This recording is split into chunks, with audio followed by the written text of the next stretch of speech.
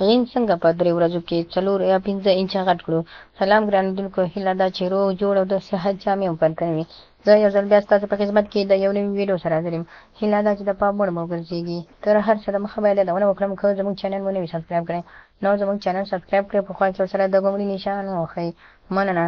که چیرته زموږ چینل ته تاسو نوي راغلي یاستئ نو حتما زموږ د ویډیوګانو لپاره چې ستاسو مشکلات موږ حل کولی شو نو زموږ چینل سبسکرایب کړئ او د ویډیو تر پایه راسره واوسئ ترڅو په دې مطلب ښه ځان پوه کړئ. که غواړئ چې په 3 یا 4 ورځو کې ذکر غټ کړئ، تاسو د زعفرانو یا هم د زیتونو تیل استعمال کړئ. کولی شئ زیتونو تیل سره د دانو تاسو پاخه کړئ. کله مو چې د زیتونو تیل پاخه کړل نو وروسته به تاسو وچ ادرک هم ور واچوئ تر 15 ګرامه پورې.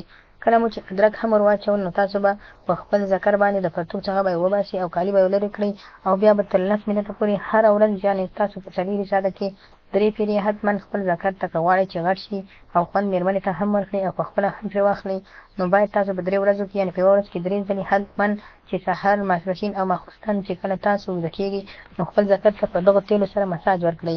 یعنې د زیتونو تیلو سره تاسو وچ ادرک واچوئ، پاخه یې کړئ ورسره او له هغه وروسته یې راواخلئ او په خپل ذکر یې ووهئ تر څو داسې تاثیر وکړي چې تاسو پخپله هم حیران پاتې شئ.